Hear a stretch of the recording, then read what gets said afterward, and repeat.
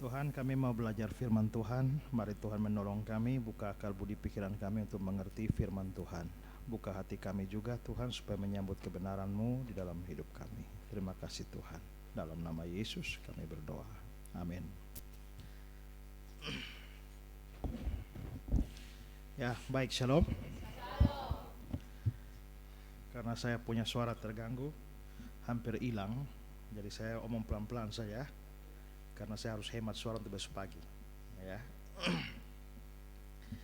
ya. Nanti sebentar Pak Jimmy harus, kita sudah dengar kesaksian dari mulut, tapi perlu dengar kesaksian menyanyi dari gitar lagi. Ya, ya. Hari ini saya mau kita merenungkan sedikit berteman di salib dan bertemu di surga. Dan ini mau membicarakan tentang penjahat yang bersama-sama dengan Yesus. Di Lukas 23 ayat 43 itu dibilang begini, kata Yesus kepadanya, aku berkata kepadamu, sesungguhnya hari ini juga engkau akan ada bersama dengan aku di dalam Firdaus. Nah, saya bilang bahwa tema kita berteman di salib, bertemu di surga. Nah, saya mau bahas ini. Pertama, mari kita lihat soal berteman di salib.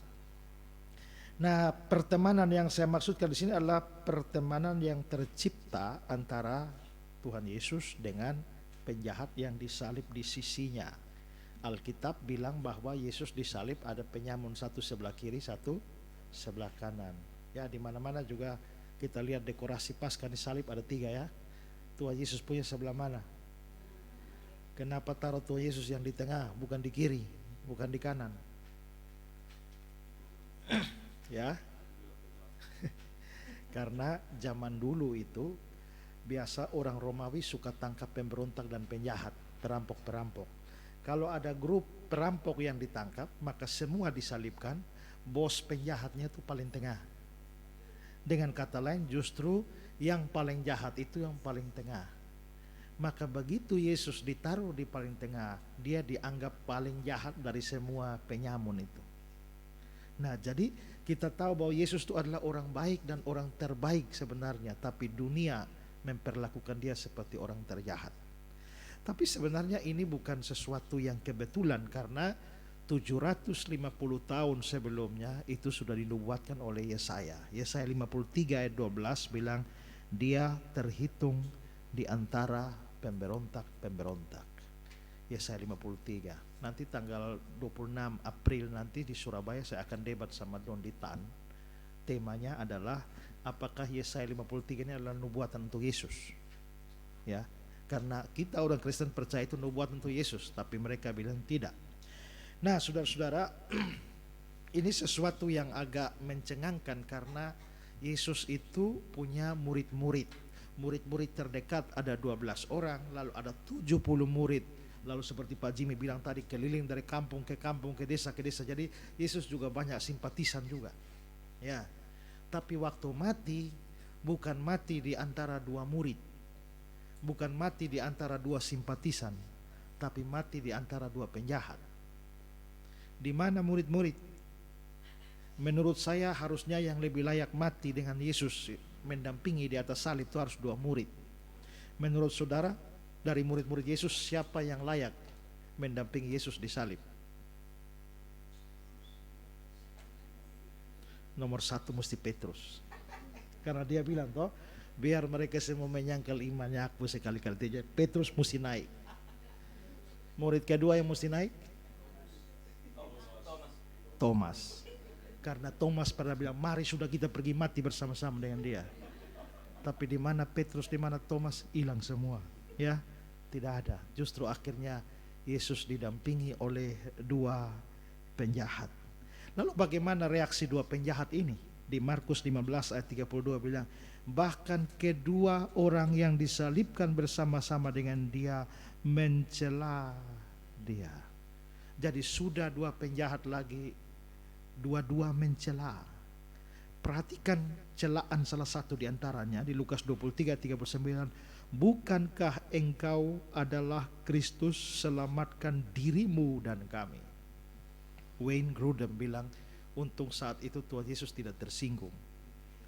Karena kalau Tuhan Yesus tersinggung dan dia sampai turun, ini hari lu yang naik. Ya, nah, tapi saudara lihat di sini kata-kata hujatannya begitu luar biasa dan begitu keterlaluan. Kenapa? Kan sama-sama menderita, sama-sama akan mati. Tapi bisa lu sesama penderita juga kok bisa saling ejek satu sama lain lu. Kecuali lu orang bebas, lu juga sama-sama tergantung ini. Dan sebentar berapa jam lagi lu mati, tapi lu masih hujat orang. Artinya ini orang ini betul-betul tekun sampai mati dalam dosa. Ya. Nah, tapi ada beda dengan seorang teman penjahat itu. Di Lukas 23:39 begini. Seorang dari penjahat yang digantung menghujat dia, katanya, bukankah engkau Kristus, selamatkan dirimu dan kami? Tapi temannya bilang begini di Lukas 23:40-41. Tetapi yang seorang menegur dia, katanya, tidakkah engkau takut juga tidak kepada Allah, sedang engkau terima hukuman yang sama? Kita memang selayaknya dihukum, sebab kita menerima balasan yang setimpal dengan perbuatan kita. Tapi orang ini tidak berbuat sesuatu yang salah. Tadi dua-dua mencela. Yang sekarang satu mencela, satu menegur. Itu berarti bahwa di atas kayu salib itu salah satunya bertobat. Yang satu tekun sampai mati dalam dosa, tapi yang satu bertobat. Makanya pendeta Stephen Tong bilang sebenarnya di salib, di Kalvari itu, di Golgota itu ada 3 jenis kematian. Pertama itu namanya die in sin, mati dalam dosa. Itu penjahat yang menghujat. Yang kedua adalah die to sin, mati terhadap dosa. Ya, itu adalah penjahat yang satu lagi. Yang ketiga die for sin, mati ya untuk dosa, yaitu Yesus. Nah, kita tidak bisa mati untuk dosa karena hanya Yesus yang bisa mati untuk dosa. Tapi semua manusia terbagi dua saja, die in sin or die to sin. Kalau kamu tidak mati terhadap dosa, kamu akan mati dalam dosa. Nah, dua penjahat ini sama-sama berteman di atas kayu salib dengan Yesus. Tapi satu menjadi teman yang buruk, sementara yang satunya adalah teman yang baik. Teman yang buruk karena sudah di atas masih hujat. Tapi yang ini teman yang baik karena dia menegur temannya yang salah itu. Nah, jadi inilah berteman di salib. Kedua, bertemu di surga. Nah, pertemuan di surga yang dimaksudkan di sini adalah pertemuan antara Tuhan Yesus dengan penjahat yang bertobat tadi. Bertemu di surga itu karena apa? Karena kata-kata Yesus di ayat 43, aku berkata kepadamu, sesungguhnya hari ini juga engkau akan bersama-sama dengan aku di dalam Firdaus. Firdaus itu bukan tempat macam-macam, bukan. Firdaus itu paradeisos. Bahasa Yunaninya, bahasa Inggrisnya paradise, yang artinya surga. Nah, saudara lihat ya, waktu Tuhan Yesus mati di Lukas 23:46 itu dibilang, ya Bapa, ke dalam tanganmu kuserahkan nyawaku. Berarti Yesus waktu mati tubuhnya di kuburan, nyawanya, nyawa ini kata Yunani di situ itu adalah pneuma, jadi roh, terjemahan tepatnya lah roh. Ya Bapa, ke dalam tanganmu kuserahkan rohku. Maka waktu Yesus mati tubuhnya di kuburan, rohnya di mana? Rohnya di surga, diserahkan pada Bapa di surga. Rohnya tidak melayang-layang, rohnya tidak kemana-mana, rohnya tidak gentayangan selama 40 hari. Ya, tidak, langsung, ya Bapa, ke dalam tanganmu kuserahkan rohku. Berarti tubuhnya di kuburan, rohnya di Bapa di surga. Tapi dia bilang pada penjahat, hari ini engkau bersama aku di dalam Firdaus. Kalau Firdaus bukan surga, berarti dan dua tidak bersama-sama. Bagaimana bisa bersama-sama kecuali Firdaus adalah surga? Maka dengan kata lain sebenarnya hari ini juga engkau bersama dengan aku di Firdaus. Firdaus itu surga. Berarti hari ini juga engkau di surga. Maka kalau dia mati hari Jumat, kapan sampai surga? Hari Jumat. Mati hari Senin, tidak tunggu 3 hari. Tidak toh? Ya. Nah, mati ini hari Tidak tunggu 40 hari. Jadi kalau mama su mati, tapi pas hari ke-40 lu ketemu mama di pohon pisang di belakang, itu pasti bukan mama. Nah, itu pasti setan. Tidak mungkin mama, karena kalau mama orang percaya, mama sudah di surga. Kalau mama bukan orang percaya, mama sudah di neraka. Sudah di neraka tidak bisa keluar-keluar, dan sudah di surga juga tidak bisa keluar sembarang. Iya toh? Mungkin hanya ada 2 orang yang sudah masuk surga diizinkan keluar, yaitu Musa dan Elia waktu ketemu Yesus di gunung. Kenapa saya bilang mungkin? Karena ada yang mengartikan itu dongson keluar sungguh-sungguh, tapi hanya penglihatan. Ya, tapi kalaupun keluar sungguh-sungguh, hanya 2 orang itu saja. Jadi yang namanya arwah penasaran itu tidak ada.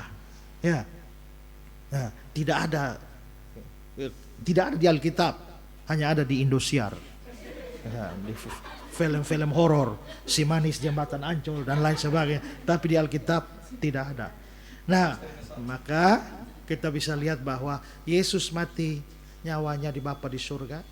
Penjahat itu dia janji, hari ini engkau bersama dengan aku, berarti sama-sama di surga. Berarti mereka berdua berteman di salib, tapi bertemu di surga. Orang yang berteman dengan Yesus di dunia ini pasti akan bertemu di surga. Tapi kalau kamu bukan temannya Yesus, tapi musuhnya Yesus di dunia ini, ya, kamu tidak akan ketemu Tuhan di surga. Ya, ketemu iblis di neraka. Ya, yang lain yang pak, mungkin ketemu artis juga di neraka, baik juga. Ya, hanya masalahnya, bisakah ketemu artis di neraka? Bisa, hanya tidak mungkin kamu menikmati pertemuan dengan artis. Kenapa? Karena artisnya menderita, kau juga menderita. Coba kita datangkan artis siapa, Agnes Monica, taruh di muka sini, lu idola dengan dia, baik kita lu idola, kita kasih Agnes di situ, lu di sini ngobrol sepuas-puasnya, tapi ingat tidak duduk di sofa, duduk di atas kompor gas, ngobrol sudah. Ya, tidak mungkin kamu menikmati itu kan? Padahal itu hanya kompor gas. Tapi kalau masuk neraka, dia menderita, kau menderita, siapa mau peduli siapa lagi? Lu artis, siapa mau peduli lagi, ya kan? Nah, hanya orang yang berteman dengan Kristus di dunia ini akan bertemu dengan Kristus di surga. Ya. Nah, tapi sekarang yang kedua, mengapa itu bisa terjadi?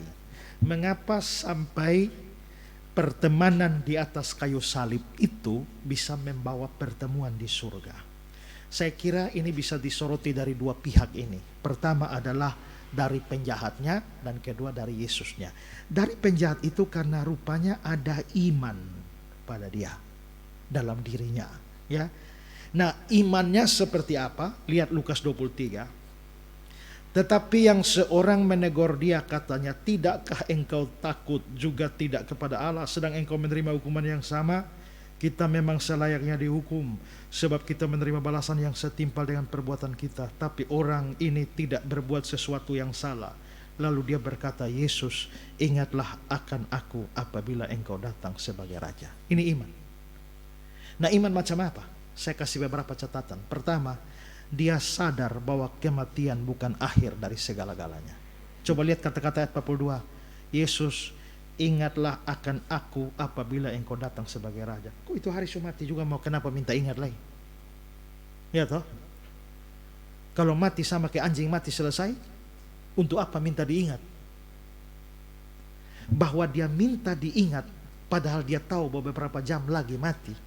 Minta diingat itu artinya dia tahu bahwa memang di dunia ini saya akan segera mati, tapi ada hidup di balik kematian. Dan karena itulah tolong ingat aku. Maka ini orang sadar betul hidup tidak hanya berakhir di lubang kubur.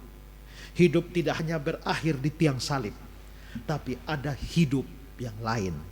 Ya, disinilah bedanya kita dengan anjing, babi, kucing dan sebagainya. Yang hari ini ada, kita ambil potong dia jadi RW, ya. Lalu dia tadi ada, sekarang tidak ada, musnah. Ya, tapi manusia itu berbeda. Manusia itu makhluk kekal, diciptakan dengan sifat kekal.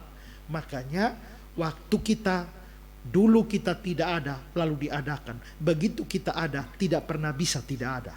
karena ada sifat kekal. Bedanya dengan Allah adalah kita tuh di sini tidak kekal tapi kekal ke sana. Kalau Allah itu kekal ke sana, kekal ke sana. Sekali kita ada, kita akan ada selama-lamanya. Kalau tidak selama-lamanya di surga, maka selama-lamanya di neraka. Tapi kita punya titik permulaan karena kita dicipta. Tapi Allah karena tidak dicipta, dia tidak punya titik permulaan.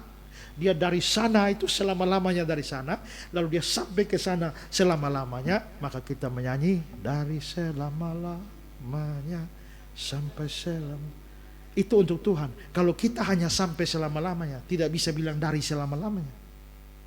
Nah, kita makhluk kekal, maka mati itu tidak habis. Ada hidup lain. Karena itu maka penjahat ini yakin sebentar lagi dia mati, tapi ada hidup lain di balik ini. Itu iman dia pertama. Iman yang kedua, dia sadar bahwa Allah itu adil dan akan menghukum orang berdosa. Lukas 23. Tetapi yang seorang menegur dia, katanya, tidakkah engkau takut juga tidakkah kepada Allah? Apakah kamu tidak takut pada Allah? Kamu orang berdosa itu takut pada Allah karena Allah itu adalah Allah yang adil, yang pasti akan menghukum orang berdosa. Tuhan tidak pernah kompromi dengan dosa. Kemarin di hari Minggu di gereja saya bilang bahwa ada orang bilang bahwa Tuhan benci dosa tapi mengasihi orang berdosa. Itu tidak 100% benar. Ya. Tuhan itu kalau kamu belum percaya Yesus, Tuhan benci dosa sekaligus benci kamu. Ya. Karena itu dia bilang kamu seteru Allah. Tapi setelah kamu percaya Yesus, kamu jadi anak. Kalau kamu jadi anak ini nakal, berbuat dosa, maka Tuhan benci dosanya tapi mengasihi kamu. Karena kamu sudah anak. Kalau kamu belum anak, dia benci kau sekaligus dengan dosa-dosamu. Maka dia pasti akan menghukum orang berdosa. Maka Tuhan itu adil. Tuhan tidak bisa kompromi. Nah, rupanya penjahat ini, tidakkah engkau takut juga tidak kepada Allah? Secara implisit dia berkata, hey Luz, omong pikir-pikir, karena dia Tuhan Allah yang adil, dia pasti akan hukum engkau. Maka jangan pikir kita buat dosa bisa lolos, tidak bisa. Ya, di dunia ini kita bikin dosa kecil, dosa besar juga bisa lolos. Tapi di mata Tuhan tidak ada dosa kecil satupun bisa lolos. Dan dia tidak pernah kompromi. Satu hari, satu ibu bikin kue, ya, taruh berapa potong di lemari. Ya, tiba-tiba itu ibu sudah pergi lihat, ini kue sudah kurang. Ya, sudah kurang banyak. Lalu ini ibu tahu ini pasti dia punya anak yang ambil. Tapi dia tidak mau langsung tegur, dia mau ajar ini anak supaya ini anak mengerti sungguh-sungguh pelajaran rohani. Lalu dia bilang, nah sini dek, adek percaya ada Tuhan? Percaya mama. Adek percaya Tuhan itu maha tahu? Percaya mama. Adek percaya Tuhan itu ada di mana-mana? Percaya mama. Termasuk di ruang makan? Percaya mama. Waktu adek buka pintu, adek percaya Tuhan Allah lihat? Percaya mama. Tuhan lihat? Iya. Waktu adek ambil kuenya mama, adek percaya Tuhan Allah lihat? Percaya mama. Kira-kira waktu adek ambil itu kuenya mama, Tuhan bilang apa? Lalu dia bilang, mama, waktu adek ambil kue, Tuhan Allah lihat, dan Tuhan Allah bilang, di sini ada kita dua, ambil dua ya. Maka kue hilang dua. Mungkin ada itu berpikir bahwa Tuhan bisa kompromi, tapi tidak bisa. Ya, Tuhan itu adil. Setiap dosa yang tersembunyi juga satu hari, mungkin sampai mati itu dosa tidak terbongkar. Tapi pada pengadilan terakhir nanti itu akan dibongkar dan dibuka di hadapan semua orang. Ini bagusnya. Misalnya Pak Jimmy ada dosa dan sembunyi tapi tidak percaya Yesus, satu hari akan dibongkar. Saya juga ada dosa tapi saya percaya Yesus, satu hari akan dibongkar. Tidak. Kenapa? Tidak ada lagi. Kenapa? Karena sudah dihapus oleh darah Yesus. Apalagi yang mau dibongkar? Tapi kalau kamu tidak percaya, tidak pernah dihapus. Kalau tidak pernah dihapus, maka akan diungkapkan seluruh dosamu. Ya, Tuhan itu adil. Dia pasti hukum. Tidak mungkin tidak hukum. Tapi ini penjahat percaya begitu. Yang ketiga, iman yang ketiga adalah dia sadar dirinya orang berdosa dan patut dihukum. Ayat 41. Kita memang selayaknya dihukum. Kita menerima balasan yang setimpal dengan perbuatan kita. Ini sadar diri orang berdosa. Ya. Ada banyak orang tidak sadar diri orang berdosa. Kalau ini penting dalam penginjilan, karena kalau kamu tidak sadar kamu orang berdosa, kamu tidak butuh juru selamat. Satu kali saya di Rote, pelayanan di Rote, tiba-tiba ini Max Vio datang bilang, kakak ada orang sakit di sana hampir mati, kira-kira bisa diinjili. Oh ayo. Maka kita dua naik motor berkilo-kilo sampai di situ. Saya mulai ini, rupanya ya belum, ya sudah sakit tapi masih bisa bohong. Akhirnya saya pikir mau injili dia. Injil itu harus dimulai dengan lu sadar lu orang berdosa. Maka saya mulai bicara, Bapak kita semua ini orang berdosa, Bapak juga. Ya, apakah Bapak sadar Bapak orang berdosa? Dia bilang tidak. Saya tanya, mungkin Bapak pernah maki orang? Tidak. Mungkin Bapak pernah pukul orang? Tidak. Pernah iri hati sama orang? Tidak. Pernah pukul mayat? Juga tidak. Mungkin Bapak pernah absen ke gereja? Oh tidak, dari dulu sampai sekarang saya gereja terus. Atau Bapak lalai bayar persepuluhan? Tidak, saya bayar terus. Saya omong segala macam dosa. Dia bilang tidak, tidak, tidak. Oh ini orang rasa diri suci. Bapak pernah mencuri? Tidak. Jadi saya, Tuhan tolong kasih saya satu kata apa yang kira-kira bisa bikin dia sadar bahwa dia berdosa. Bapak pernah curi orang punya barang? Tidak. Nah saya omong, tapi dia bilang, saya memang tidak pernah curi, tapi teman-teman saya yang curi kambing, hanya saya ikut makan saja. Nah sampai itu sudah. Nah, itu yang bikin Bapak pindah neraka itu. Nah, akhirnya saya injili dia, akhirnya suruh terima. Kalau Bapak terima Yesus, Bapak akan sampai surga. Lalu dia tanya sama saya, kalau saya ke surga Pak Pendeta juga? Iya, karena saya juga percaya Yesus. Jadi saya di surga, Pak Pendeta di surga. Iya, tiba-tiba dia sorong tangan. Kalau begitu sampai jumpa di surga. Saya pulang sampai di Kupang dengar dia mati. Namanya Bapak Lazarus Rondo. Maka saya langsung membatin, Bapak Lazarus Rondo, sampai jumpa di surga. Orang kalau tidak sadar dosa, dia tidak butuh juru selamat. Harus sadar kita ini orang berdosa dan layak dihukum. Kalau tidak, Tuhan Yesus tidak perlu datang capek-capek naik di atas kayu salib. Kalau kita berbuat baik saja kita bisa selamat. Ya untuk apa Tuhan Yesus datang? Ya, itu kebodohan. Kalau ada jalan lain untuk selamat, tapi harus dengan mengorbankan nyawa, itu kebodohan. Sekarang coba pikir begini. Di lantai 20 ada kebakaran. Semua orang sudah turun, tinggal satu anak kecil saja di atas sana. Lalu saya akhirnya demi menyelamatkan anak kecil itu, saya langsung naik sampai di lantai 20. Api sudah bakar, sedikit lagi ide runtuh, mati kita semua sama-sama. Nah, lalu tidak ada jalan lain untuk selamat. Maka saya terjun dari lantai 20. Begitu hampir sampai di tanah, saya offer ini anak ke sana. Lalu ini anak selamat, saya jatuh kepala picah dan mati. Saya mengorbankan nyawa saya demi menyelamatkan anak itu. Apakah saya pahlawan? Pahlawan? Ya. Karena tidak ada jalan lain. Tapi pada waktu saya mau loncat, tiba-tiba ada helikopter datang. Bapak mari naik sudah, ini gedung sudah sampai runtuh. Mana naik sudah? Biar sah, beta lompat sah. Maka saya abaikan itu helikopter, lalu lompat, mati kepala picah sampai mati. Saya tanya, itu pahlawan atau bodoh? Kenapa bodoh? Ada jalan yang lebih gampang kan? Naik helikopter lebih gampang, kenapa mesti lompat? Kalau ada jalan lain yang lebih gampang dan lu pilih lompat, itu bukan pahlawan, itu kebodohan. Jadi kalau ada jalan lain untuk selamat tapi Yesus harus datang dan mati, maka itu kebodohan. Tapi kita percaya Tuhan tidak bodoh. Karena itulah kita sadar bahwa memang kematian Yesus itu satu-satunya cara menyelamatkan. Ya, maka sadar diri orang berdosa itu penting. Ini penjatuh percaya itu. Iman dia yang keempat, Lukas 23:41. Ya, orang ini tidak berbuat sesuatu yang salah. Itu dia omong tentang Yesus. Orang ini tidak bisa berbuat. Dia ngaku diri orang berdosa, tapi dia bilang orang ini, Yesus, tidak berbuat sesuatu yang salah. Di sini dia percaya Yesus itu orang benar. Ya, dia percaya Yesus orang suci. Iman luar biasa. Sekarang iman dia yang kelima. Dia percaya Yesus akan datang sebagai raja pada kedatangan yang kedua. Perhatikan ayat 42. Ingatlah aku apabila engkau datang sebagai raja. Ini lebih lagi, dua-dua ada di atas kayu salib ini. Kalau dia lihat di sebelah begini, baru dia lihat, woi ini satu pakai pakaian kebesaran dengan mahkota kerajaan. Situ baru ingatlah aku jika engkau datang sebagai raja, masuk akal. Tapi ini lihat ke sebelah, ini orang telanjang, penuh sengsara, penuh darah, lalu anggap ini raja ini loh. Itu tidak masuk akal sebenarnya. Tapi dia percaya. Pendeta Stephen Tong bilang, Yesus itu memang raja, tapi di dunia ini banyak orang tidak anggap dia raja.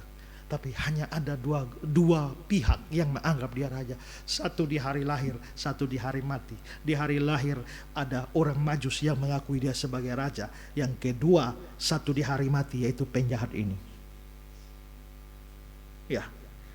Nah, saya mau kasih kata-kata dari Alexander McLaren. Dia bilang begini, pada saat itu penjahat yang sekarat itu memiliki iman yang lebih jelas akan kedatangan Kristus dalam kerajaannya daripada yang dimiliki oleh para murid Yesus. Harapan mereka runtuh saat mereka menyaksikan dia tergantung tanpa perlawanan dan perlahan-lahan mati. Tapi orang ini melihat melampaui kematian yang begitu dekat untuk Yesus dan dirinya sendiri, dan percaya bahwa setelah itu dia akan datang memerintah. Kita dapat menyebutnya satu-satunya murid yang dimiliki Kristus pada waktu itu. Ini mau mati tapi masih bisa memandang jauh kepada akhir zaman, kedatangan Yesus. Itu iman luar biasa.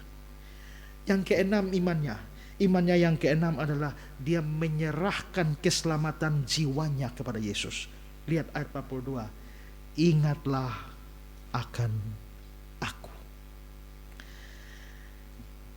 Dia tidak persoalkan keselamatan jasmani, karena kalau keselamatan jasmani sudah tidak selamat lagi. 2 hari sudah mati kok, sudah atas kayu salib. Tidak selamat lagi dia secara jasmani. Tapi kenapa dia minta diingat? Dia minta diingat, dia pasti pikir bahwa secara jasmani saya tidak mungkin lolos lagi. Tapi saya masih punya kemungkinan lolos secara rohani. Karena itu ingatlah akan aku. Maka di sini dia lebih mementingkan keselamatan rohaninya daripada keselamatan jasmaninya. Ya. Itulah sebabnya kita juga dalam pelayanan harus mementingkan keselamatan rohani orang daripada keselamatan jasmani. Makanya saya kalau pergi lihat orang sakit sudah kira-kira mereka bilang, wih kayaknya dokter semua angkat tangan. Tak usah berdoa kesembuhan dulu, jangan minta mujizat dulu. Karena lu minta mujizat belum tentu Tuhan kabulkan kan. Lebih baik injili dia. Injili dia, setelah itu baru minta kesembuhan. Kalau dia sudah injili dia dan dia sudah terima Yesus, ternyata kita minta mujizat dan Tuhan kasih mujizat, puji Tuhan dia belum mati, dia bisa melayani Tuhan. Tapi kalau kita minta mujizat dan Tuhan tidak kasih, Tuhan bilang ini hari terakhir juga, kita bisa bersyukur bahwa dia mati sudah terima Yesus. Daripada kita pegang tangan tumpang di dalam nama Yesus, sembuh, tidak sembuh. Dalam keadaan tidak percaya, dia sudah tidak selamat jasmani lagi, tidak selamat secara rohani lagi. Ya, nah maka ini penting sekali. McLaren bilang, betapa menyedihkan permohonan itu, ingatlah aku. Permohonan ini membangun harapan untuk bersama dalam kerajaan Kristus berdasarkan kenyataan bahwa dia telah bersama dalam salibnya. Engkau tidak akan melupakan temanmu pada saat yang gelap itu yang akan ada di belakang kita. Kepercayaan dan keterikatan seperti itu ditambah dengan penyesalan dan penyerahan tidak bisa dibiarkan begitu saja. Ya, nah perhatikan bahwa penjahat ini hanya minta 2 kata. Ingatlah aku. Dia berbeda dengan permintaan Yakobus dan Yohanes. Ya, di Markus 10, perkenankanlah kami duduk dalam kemuliaan-Mu kelak. Dia tidak minta ingatlah akan aku nanti jadi duduk di kiri kanan, tidak. Cuma minta ingat saja, ya. Dia hanya meminta Kristus mengingatnya dan bagi dia itu sudah cukup. John Ellicott bilang, dia tidak meminta anugerah khusus. Dia tidak minta tempat di sebelah kanan atau sebelah kiri. Tidak ada kamar istana raja. Dia puas hanya untuk tidak dilupakan. Dia yakin bahwa jika sang raja mengingatnya, dia pasti mengingatnya dengan pikiran yang penuh kelembutan dan belas kasihan. Maka kita bisa lihat, ini iman luar biasa di atas kayu salib. 6 macam iman yang saya sudah tunjukkan.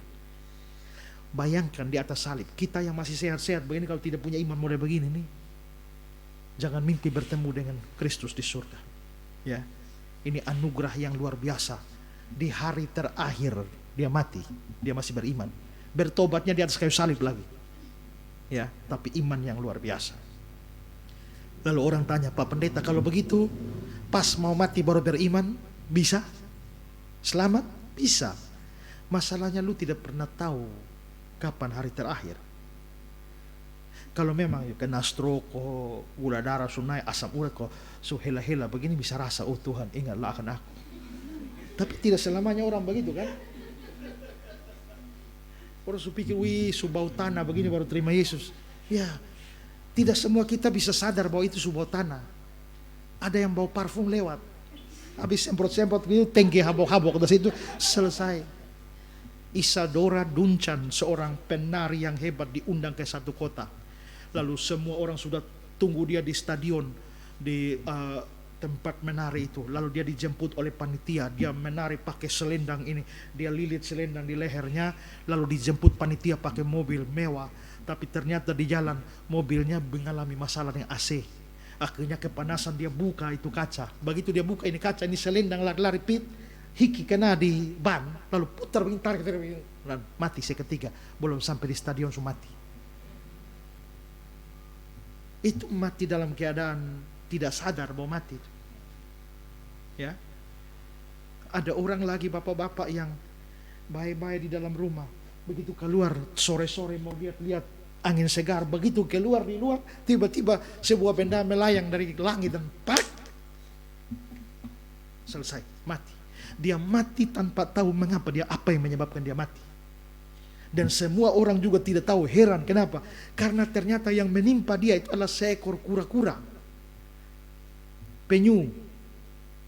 Penyu terbang dari langit, hantam dia punya kepala, jatuh mati. Dan semua orang heran bagaimana ini penyu bisa datang dari langit. Semua tidak tahu penyebabnya. Sampai beberapa bulan begitu baru orang tahu. Ternyata ada seekor elang yang biasa menangkap penyu di laut dan untuk jadi mangsa. Dan hari itu penyu tangkap elang tangkap penyu yang agak gemuk. Dan dia terbang dia tidak kuat lagi. Nah akhirnya dia lepaskan itu penyu. Begitu dia lepas, bapak tua pun keluar dan mati. Kita bisa lihat mati itu bisa tiap saat kan. Mati bisa tiap saat. Nah karena itulah betapa jangan bodoh dengan menunggu hari terakhir. Karena tidak kita semua tahu kapan hari terakhir. Ya, maka iman kepada Tuhan Yesus itu penting sekali. Tapi yang membuat si penjahat ini masuk surga, ketemu Yesus surga, bukan hanya dirinya yang beriman, bukan hanya itu. Tapi ada faktor kedua yang lebih menentukan adalah karena ada kuasa dan otoritas dari Yesus. Lu boleh beriman seperti itu, tapi kalau Yesus tidak punya kuasa atas surga dan bumi, dia juga tidak bisa jamin apa-apa. Saya percaya sungguh-sungguh bahwa Pak Jimmy akan membawa saya ketemu Jokowi. Sedangkan beliau punya otoritas untuk itu? Tidak punya. Percuma. 100% saya percaya juga. Tapi kalau saya misalnya mempercayakan diri saya itu pada orang yang kenal Pak Jokowi begitu, itu bisa. Jadi percaya Yesus itu penting, tapi kalau Yesus yang dipercaya itu tidak punya otoritas untuk membawa kita ke surga juga percuma. Sekarang lihat jawaban Yesus ayat 43. Kata Yesus kepadanya, aku berkata kepadamu, sesungguhnya hari ini engkau akan ada bersama dengan aku di dalam Firdaus. Nah, kata-kata Yesus ini menunjukkan kuasa dan otoritas. Pertama, untuk mengampuni dosa. Kita semua orang berdosa, dan orang berdosa tidak bisa masuk surga. Penjahat ini juga mengakui diri orang berdosa. Tapi waktu dia beriman kepada Yesus, dia bilang, hari ini juga engkau bersama dengan aku di Firdaus, di surga. Itu berarti Yesus punya kuasa memasukkan dia ke surga. Itu secara implisit berarti Yesus memang punya kuasa untuk mengampuni orang berdosa. Ya, di Markus 2 ayat 10, supaya kamu tahu bahwa di dunia ini anak manusia berkuasa mengampuni dosa. Yang bisa mengampuni dosa, yang punya kuasa mengampuni dosa cuma Allah. Nabi tidak bisa, malaikat tidak bisa. Jadi kalau Yesus bisa ampuni dosa, dia tidak mungkin hanya nabi. Dia tidak mungkin malaikat, dia pasti Tuhan Allah sendiri. Kedua, dia punya otoritas untuk menyelamatkan manusia atau memasukkan manusia ke surga. Dan ini terlihat dari kata-kata, aku berkata kepadamu sesungguhnya. Kata sesungguhnya ini, aku berkata kepadamu sesungguhnya. Kata sesungguhnya ini kalau saudara lihat nanti di Alkitab yang asli, bahasa yang asli, aku berkata kepadamu, amin. Jadi yang diterjemahkan sesungguhnya itu amin. Makanya kenapa amin itu artinya sungguh-sungguh, sesungguhnya, pasti, benar. Dulu waktu saya SD, waktu ujian agama, apa artinya amin? Saya jawab, telah selesai. Pikir amin itu telah selesai. Tapi kalau kita baca di Alkitab, ya, waktu menyanyi orang bilang amin, itu belum selesai itu. Amin itu artinya sungguh-sungguh, benar, tidak diragukan. Maka aku berkata kepadamu amin, hari ini juga engkau bersama-sama dengan aku di Firdaus. Itu sebuah kepastian. Ya. Kedua, kata hari ini juga. Ini ada yang menarik, saudara. Yesus bilang, kapan dia masuk surga? Hari ini juga. Waktu dia mintanya kapan? Bukan. Coba lihat Lukas ayat 42. Ingatlah aku apabila engkau datang. Engkau datang nih kapan? Tidak ada yang tahu. Dari zaman Yesus disalib sampai hari sudah 2000 tahun juga belum datang kan? Apakah 1000 tahun lagi juga tidak tahu. Apakah 20.000 lagi? Tidak tahu juga. Dengan kata lain, penjahat ini minta diingat kalau engkau datang. Jadi kalau engkau datang 20.000 tahun lalu lagi, ingatlah aku 20.000 tahun lagi. Kalau dia masih datang 100.000 tahun lagi, maka ingatlah aku kalau engkau datang 100.000 tahun lagi. Dia minta untuk satu waktu yang panjang sekali. Tapi Tuhan Yesus bilang, tak perlu lama-lama. Hari ini juga. Ini luar biasa. Yang ketiga, engkau akan bersama-sama dengan aku. Ya, di ayat 43, engkau akan ada bersama dengan aku. Apakah dia pernah minta bersama-sama dengan Yesus? Tidak. Yang dia minta apa? Ayat 42, ingatlah akan aku. Dia cuma minta diingat, tidak minta bersama-sama. Tapi ternyata Tuhan Yesus bukan hanya ingat dia saja, tapi membawa dia bersama-sama. Maka John Gill bilang, dan Yesus menjanjikan lebih dari yang dia minta dan lebih cepat dari yang dia harapkan. Lebih dari dia minta, karena dia cuma minta diingat, tapi dia kasih bersama-sama. Lebih cepat dari yang diharapkan, karena diharapkan di akhir zaman, tapi Yesus bilang hari ini juga. Maka di sini kita bisa lihat luar biasa. Yang menentukan keselamatan kita, pertama adalah ada iman di dalam dada, dan kedua ada Kristus yang berotoritas untuk memasukkan kita ke surga. Maka ini menentukan. Ada banyak orang punya iman, tapi imannya salah. Mereka beriman kepada orang yang tidak punya otoritas atas surga.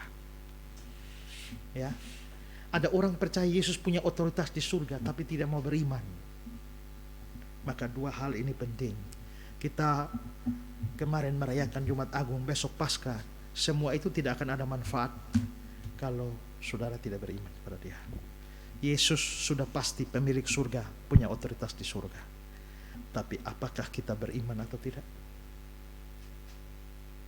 Nah, karena itulah iman itu bukan iman, saya percaya Tuhan Yesus penyembuh. Itu bukan iman yang menyelamatkan, bukan saving faith. Kalau saudaranya percaya Yesus penjaga saya, Yesus pemelihara saya, Yesus tukang memberi berkat, Yesus tukang menyembuhkan, Yesus tukang jaga, tidak. Roma 3:25 bilang iman dalam darah.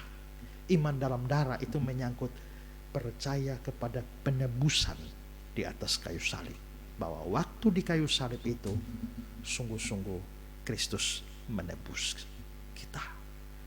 Percaya saya orang berdosa, saya pasti dihukum oleh Tuhan Allah. Saya tidak bisa menyelamatkan jiwa saya dengan cara apapun. Allah mengirim Kristus datang ke dunia, mati menebus saya, dan sekarang saya cukup terima Dia sebagai juru selamat dan Tuhan saya. Maka kita perlu datang pada salib Kristus di Kalvari. Ku datang pada salib. Yuk kita nyanyi lagu ini. Ku kenangkan cinta Tuhanku, darku jatuh pada kakinya. Sekarang ku dapat ampun dosa.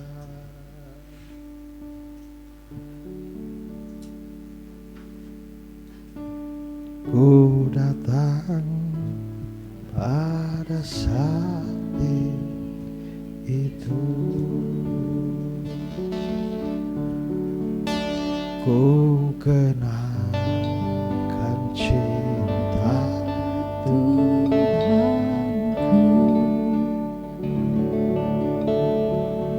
ya ku jatuh pada kakinya.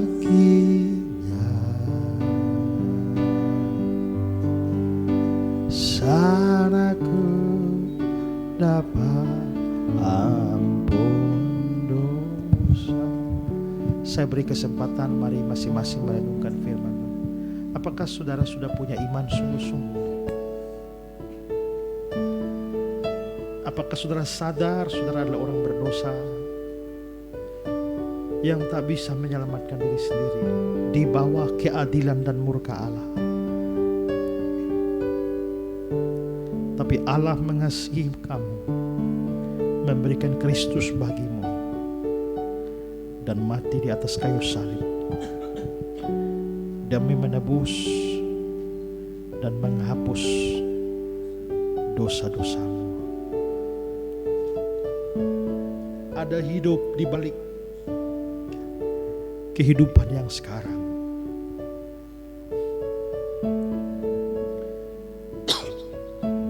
Ada Tuhan Allah yang Maha Adil.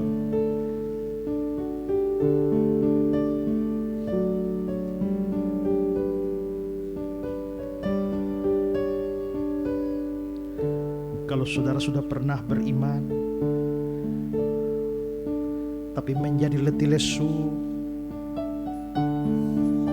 hari ini boleh kembali lagi mendapatkan semangat, karena Tuhan telah menebus saudara. Tuhan mau saudara jadi alat dalam tangannya, memberitakan tentang salib Tuhan sampai dia datang kembali.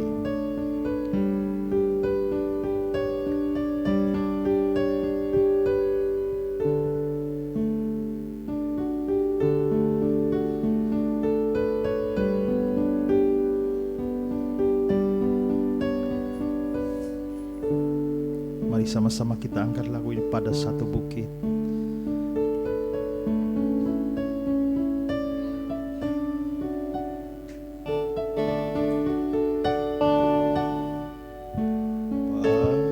Pada satu bukit jauh dari sini, lihat salib Tuhan berdiri.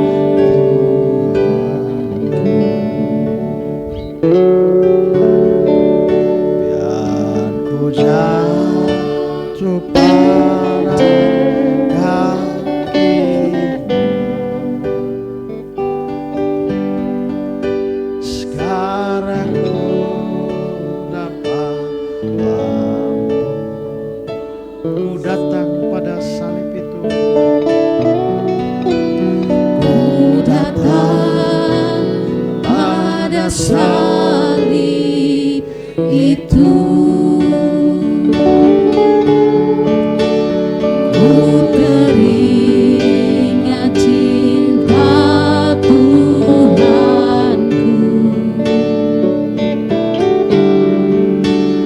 aku jatuh dekat kakinya. Sana ku dapat ampun dosa. Ku datang pada salib itu. Ku teringat cinta Tuhanku. Aku jatuh dekat kakinya. Sana ku dapat ampun dosa. Saya minta ada 3 orang yang berdoa. Siapa saja mewakili kita mengungkapkan rasa syukur kita kepada Tuhan untuk karya salib Kristus.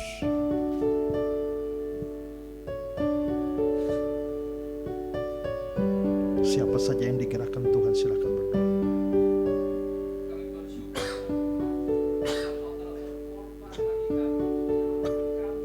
Tidak layak mestinya, Pak. Kami bersyukur. Sekali lagi kami bersyukur.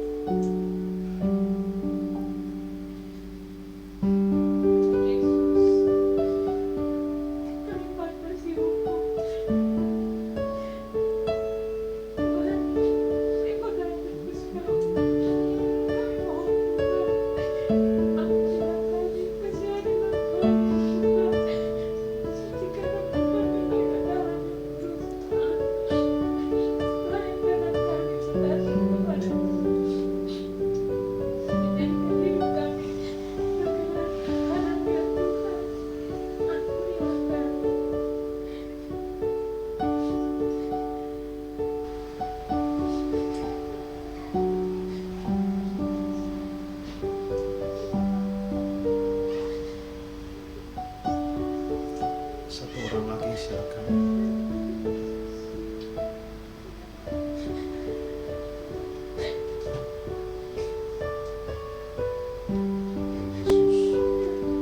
Kami tahu bahwa kami penuh dengan dosa dan salah.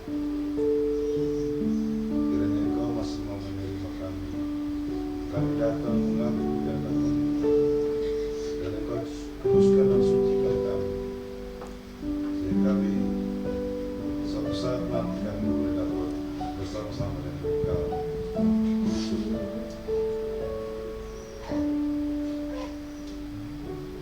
Suaramu ku dengar. Suara